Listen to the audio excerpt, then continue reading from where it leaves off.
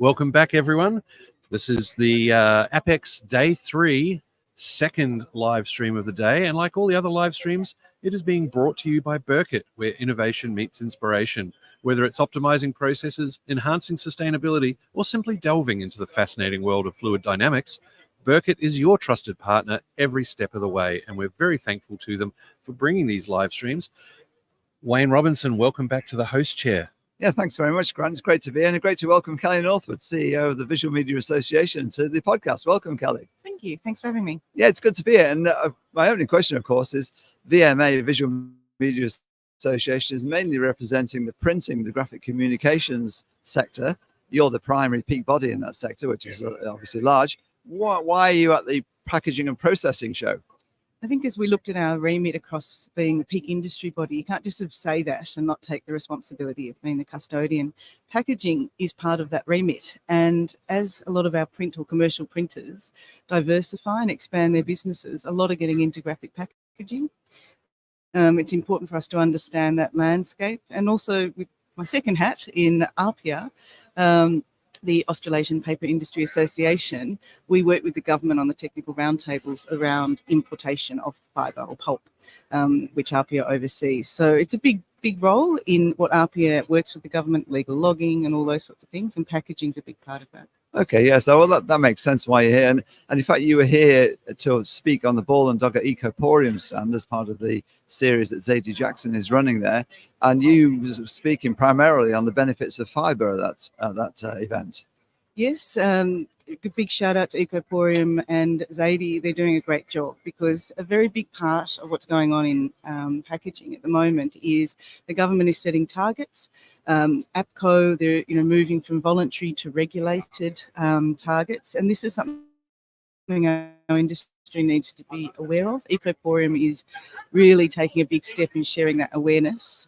As the association, it's very important that we assist all of our members in their role as influencers. So the brand specifies what they want, what packaging they want, and it's our role as influencers, as printers, to help the brand comply to those targets, which could very well become much stricter from a regulatory perspective. And so working with Zadie and the Ecoporium team and Ball and Doggett and sharing that knowledge, that's part of what we're about with APCO as well. And you said as part of your presentation that VMA is unashamedly fibre-based, yes, pro-fibre, and then you went on to outline the benefits of fibre as a packaging material.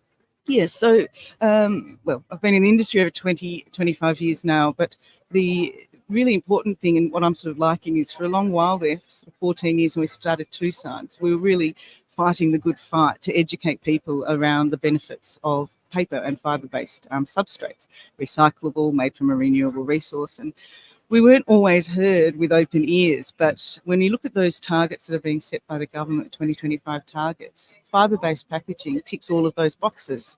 So we have a really great story to tell now about fibre-based packaging or print and paper, and we need to be on the front foot and not defensive, on the front foot of how great that substrate is. Yeah, because fibre, as you said, it's the only material, that's actually met all the targets already. And of course, it is renewable. And then you also talked about the fact that fibre can be recycled 7 times, but then supply is resupplied by virgin pulp, which you went on to explain is actually a good thing for the planet, contrary to some of the dire warnings we hear from the anti-tree lobby.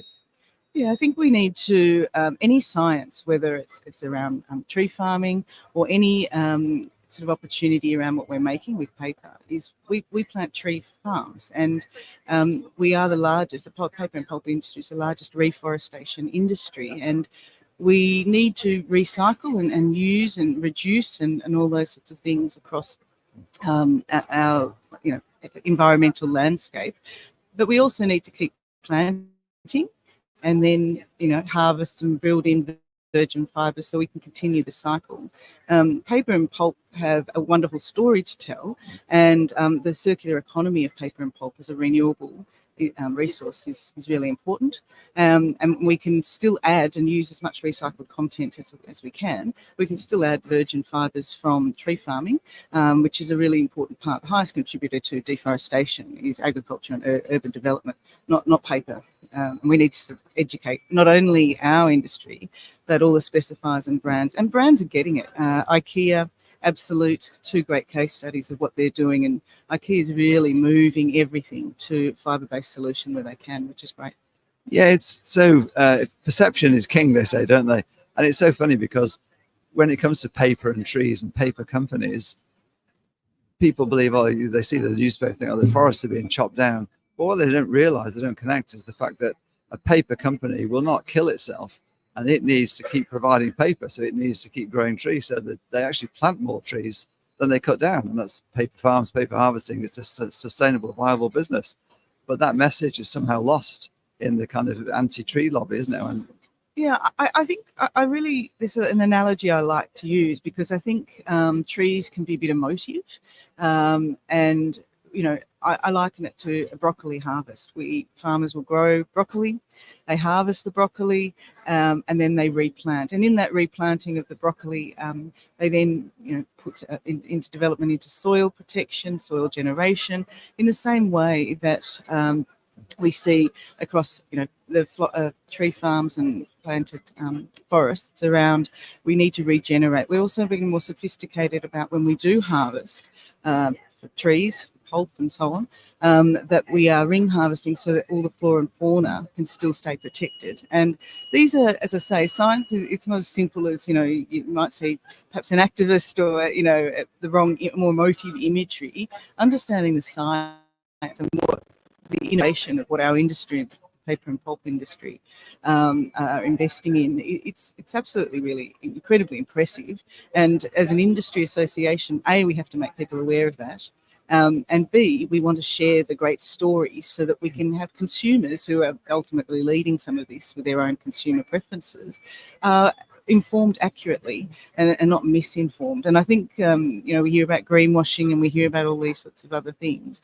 It's really important. And it is changing, you know, consumer preferences and consumer understanding around paper is really impressive. So we're getting there, and we're almost there. But yeah, a good analogy for me is just remember the broccoli, and that sometimes is a bit less emotive than you know, some of the activist imagery.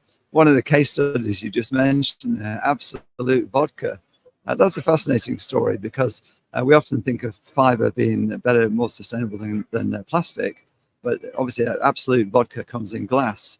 And you made the point that actually, while glass is endlessly recyclable, the CO2 emissions from the whole manufacture and transport process of glass is quite high. And Absolute Vodka has now started supplying some of its vodka in paper bottles, which is a great story, isn't it?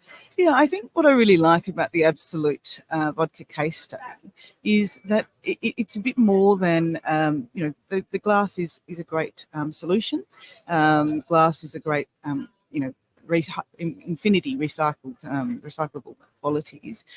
However, when you look at the entire product of Absolute, from the making the vodka and the packaging and the freight, as you say, the glass manufacturing process has 48%, so it carries 48% of the CO2 emissions. But what I really like about it, and this is important for us all to understand around sustainability, is it's not a one-size-fits-all. There are times where it's not appropriate to have Absolute Vodka, or the best environmental position to have Absolute Vodka in a glass bottle. And what Absolute Vodka is doing with the paper-based solution is, at festivals, having a paper-based solution is much more easily to recycle. It's lighter to recycle, you know, in the rubbish stream after sports events, and all that sort of stuff. And understanding glass is great, paper is great. There's lots of different options across packaging. And what I really like is how brands are understanding that and investing in environmental sustainable choices for the right reasons, not just because, oh, that's what we've always done, but they're really critically examining the use. And that's everything that we do. You know, single-use plastics is about, we need to move away from packaging being just a single, you know, just to carry it. It has to also have a purpose after that, and we need to be aware and responsible of post-packaging, you know, consumer waste and consumption. Sure, yeah. Well, Kellie, it's great to hear that brands are starting to look to the science and not just to the emotive spiel, and are starting to drive those decisions, like Absolute, IKEA. You gave another example there. It's been great to have you on the podcast. Thanks so much for coming here. Great, obviously, the work that you're doing, and through Two Sides particularly, to get the message out there is also very encouraging for the rest of the print industry. So, Kellie Northwood, thanks for coming on to the podcast. Thanks for having me. Thanks, Kelly. Thanks, Wayne. And thanks to everyone who's tuned into this live stream that has been brought to you by Burkert, where innovation meets inspiration. We're on the trade and exhibition floor, coming to you live from APPEX 2024, Day 3. Stay tuned to this channel. We'll be back in the not too distant future with another live stream.